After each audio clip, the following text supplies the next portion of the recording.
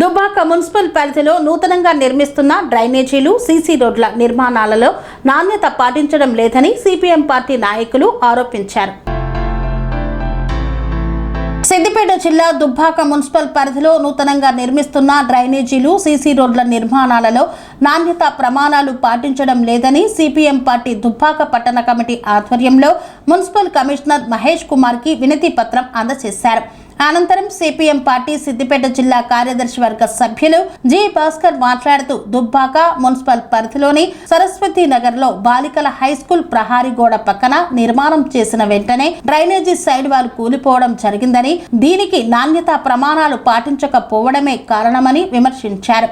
Municipal పరిధిలోని వివిధ వార్డులలో సీసీ రోడ్లు మరియు డ్రైనేజీల నిర్మాణం కొనసాగుతుందని, కానీ నాణ్యత ప్రమాణాలు పాటించకుండా నాణ్యత లేని సిమెంట్ వాడుతున్నారని, ఇసుకకు బదులు ఆర్థికంగా డస్ట్ పౌడర్ కలుపుతూ నిర్మాణాలు చేపడుతున్నారని, వీటి వలన డ్రైనేజీలు మరియు సీసీ రోడ్లు తొందరగా చెడిపోయి ప్రజల సొమ్ము దుర్వినియోగం అవుతుందని మండిపడ్డారు. నాణ్యత ప్రమాణాలు పాటించకుండా కాంట్రాక్టర్లు ఇష్టానుసారంగా నిర్మాణాలు చేపడుతున్నారని, నాణ్యత ప్రమాణాలు పాటించాలని, కాంట్రాక్టర్లను బ్లాక్ లిస్ట్ లో పెట్టాలని డిమాండ్ చేశారు. లేని ఎడల ప్రజలతో కలిసి పోరాటాలు చేస్తామని అధికారులను హెచ్చరించారు. ఈ కార్యక్రమంలో సిపిఎం పార్టీ దుబ్బాక పట్టణ కార్యదర్శి కొంపల్లి భాస్కర్, నాయకులు ఎండి సాజిద్, కంపె ఎల్లయ్య, ఎల్లారం రవికుమార్ తదితరులు పాల్గొన్నారు. జిల్లా దుబ్బాక మున్సిపల్ పరిధిలోని వివిధ వార్డుల్లో నిర్మాణాలు చేపడుతున్న సీసీ డ్రైనేజీలలో నాణ్యత ప్రమాణాలు పాటించడం లేదని, అట్లాంటి కాంట్రాక్టర్లపైన చర్యలు చేపట్టాలని కోరుతూ సిపిఎం పార్టీ ఆధ్వర్యంలో కమిషనర్ గారికి వినతి పత్రం ఇవ్వడం జరిగింది.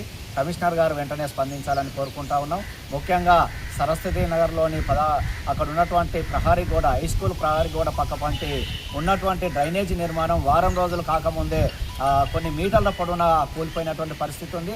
దానికి నాణ్యత ప్రమాణాలు పాటించకపోవడము, కాంట్రాక్టర్లు ఇష్టానుసారంగా నిర్మాణాలు చేపట్టడం, అధికారులు కూడా సరైన పర్యవేక్షణ చేయకపోవడం, క్యూసీ అధికారులు కూడా ఏం పర్యవేక్షణ చేస్తున్నారని చెప్పి మేము ప్రశ్నిస్తూ ఉన్నాం. కాబట్టి అధికారులు వెంటనే స్పందించాలి. ఆ కూలిపోయినటువంటి డ్రైనేజీ నిర్మాణాలకు సంబంధించిన బిల్లులను ఆబ్దాలు చేయాలని చెప్పి, అట్లాంటి కాంట్రాక్టర్ను బ్లాక్ లిస్ట్లో పెట్టాలని చెప్పి సిపిఎం పార్టీగా డిమాండ్ చేస్తూ ఉన్నాం. మిగతా మున్సిపల్ వార్డులలో నిర్మాణాలు చేపడుతున్న సీసీలు కానీ డ్రైనేజీలలో కూడా నాణ్యత ప్రమాణాలు పాటించడం లేదని చెప్పి భావిస్తూ ఉన్నాం. కాబట్టి అధికారులు పర్యవేక్షణ చేయాలి, ప్రజాధనాన్ని దుర్వినియోగం చేయకుండా అభివృద్ధిలో వినియోగించాలని చెప్పి కోరుకుంటా ఉన్నాం. అధికారులు వెంటనే స్పందించకపోతే ఉన్నతాధికారులకు కూడా కంప్లైంట్ చేసి ప్రజలతో కలిసి ఉద్యమాలు చేపడతామని చెప్పి సిపిఎం పార్టీగా అధికారులను, కాంట్రాక్టర్లను హెచ్చరిక చేస్తూ ఉన్నాం.